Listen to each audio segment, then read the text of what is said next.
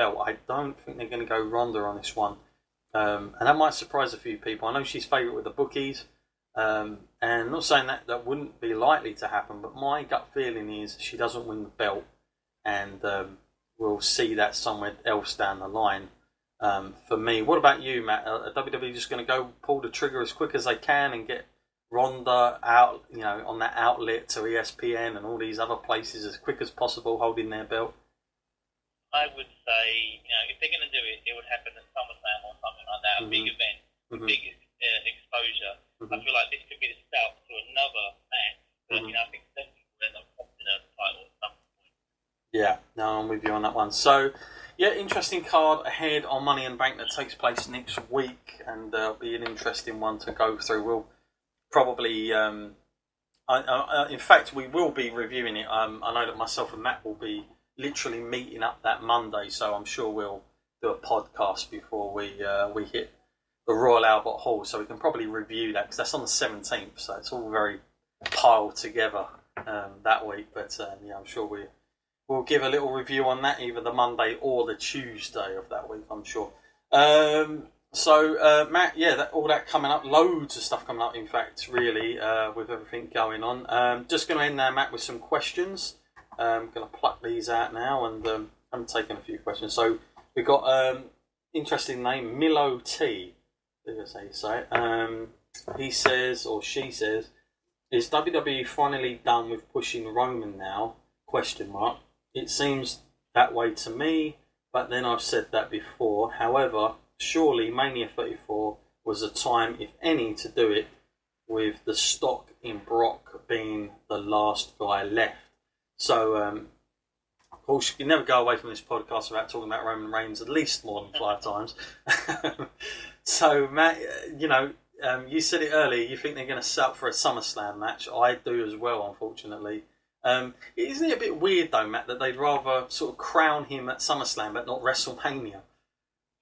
You know what I mean? I think they're milking those last few moments of Brock. It's incredible. Is that? Do you think they've still got all the stock tied up with Roman? Is he still the guy, Matt? Yeah, I think we're heading down that path. I think when they say, "Are we finally done with pushing Roman?" I don't think we're ever finally done with pushing Roman. Even on times when he's doing nothing, he's still at every Raw. He's still like making appearances everywhere. It's like the WWE covertly pushing.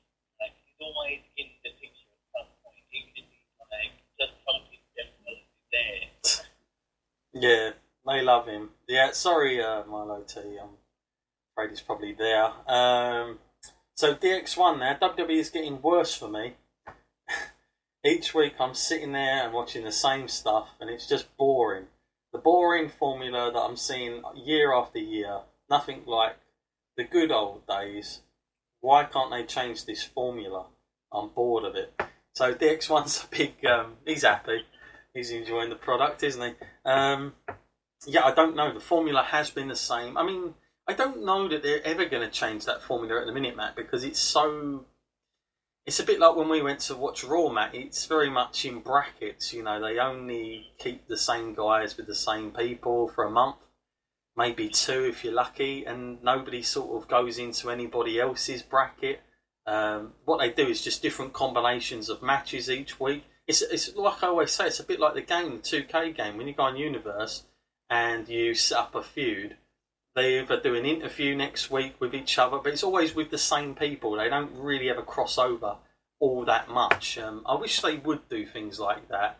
Only recently I was actually watching a few Attitude Era kind of videos, and I was like, man, you had some mid-card guys, like Godfather mixed in with some main event guys, and it just seemed like a very all over the place kind of show. You never knew what was going to happen and who was going to get that main event match sometime week to week. But nowadays it's not quite like that, Matt. But the problem is, I think on paper, for story writers especially, I just think it's too easy, that it's too comfortable at the minute to change stuff like that in the minute, Matt. Yeah, that formula. So yeah, I mean, for you, Matt, watching Raw every week, I know you probably are more consistent than I am with watching the full shows each week. Do you ever get to a point where you're like, I'm sick of this now, or is the same old stuff, or are you just used to it? Yeah, I'm not too sure I really get sick of it. I just, I do look at it from the point of view where I sympathise with a lot of the talent. Like, you can see they aren't being used right. Mm-hmm. You can see where, and it's easy for a fan to say where they would improve the show. Mm-hmm. But it's difficult at times for the company that's running it. I mean, they see the bigger picture. They know where they want to go in, say, 3-4 months' time, what they've got to do to get there. So it's frustrating for the fans because, a lot of people don't like Roman, but if they're gearing up to put Roman in that main event, people have to sit through quite a lot of matches they're not going to like because Roman has to build up the momentum to get to. Yeah. Not only that, I've got to say that I was reading somewhere where WWE what they try and do on every hour, they try and put like a main event on that 3 hour of Raw because they know that people will be switching channels. And especially after the first hour, they try and give as much as they can to that second hour. And actually the third hour is one of the least rated ever. People just turn off by then. So they try and get things done really quicker now in those first 2 hours. So there is always problems with that. I do think they look at numbers too much and they try and I think their diligence, their stats, and I think they're almost becoming too looking at stats and statistics too much for my liking. That they're now booking around like that. So I think they just need to go back to just the basics for me a little bit more and see how they get on with that. Okay, Stay Lucky now, Matt. Another familiar name. Matt Hardy and Bray Wyatt aren't doing bad, but the whole broken Matt character has been completely shattered for me. Never thought I'd say it, but TNA did it better than WWE. So yeah, that's Stay Lucky's statement. Would you agree with that, Matt? Yeah, I agree with that 100%. I don't know what's happened. I don't know how WWE's got the ball on this. How is it that a smaller company, a smaller promotion TNA, was able to produce so much better quality out of Matt Hardy's character? I feel like WWE, they said that they were going to give Matt a lot of creative control over his character, but I really don't feel that is the case. Or even if that is the case, they said you have 10 minutes or 5 minutes to get this character across, which really is not enough time. When he was on TNA, he was one of the main focuses there. Yeah, no, totally agree. Yep, so Stay Lucky always ending with, of course, Stay Lucky, thank you. Another interesting name now, Ed the Head. Do you think there's any chance we may see CM Punk at All In? Also, does CM Punk have a 2-fight contract with UFC? I don't know about the contract with UFC. The last I heard, I actually was told when he originally signed, it was a 3-fight deal. So, but I don't know if there's they can just change that. But the contracts in UFC, they're not like WWE's in the terms that they're on fight deals, like per fight. They're not like how long we have you forever. So I don't know. There's probably some sort of clause in all that. Give or take, but All In, Matt, he said in the interview, although why would he say it there anyway, I don't know, but what are the chances of seeing him at All In, Matt, as a just showing up? I don't mean wrestling, but as a showing up. Is there any chance in that? No, I mean, the attitude I'm getting from him now, after all this court case stuff and all that, would you really want to be around wrestling? I feel like he's 100% focused on the UFC right now. Mm-hmm. This is his thing, so he's going to get that done. And, depending on what kind of beating he gets, would you even want to go out? I don't know. It's all a lot of maybes, but I don't feel like his head is in wrestling at all, just from his stance and the way he talks. Mm-hmm. But I really don't feel like I feel like he's really lost his love of it. It's like Shawn Michaels, he's lost his smile. Yeah.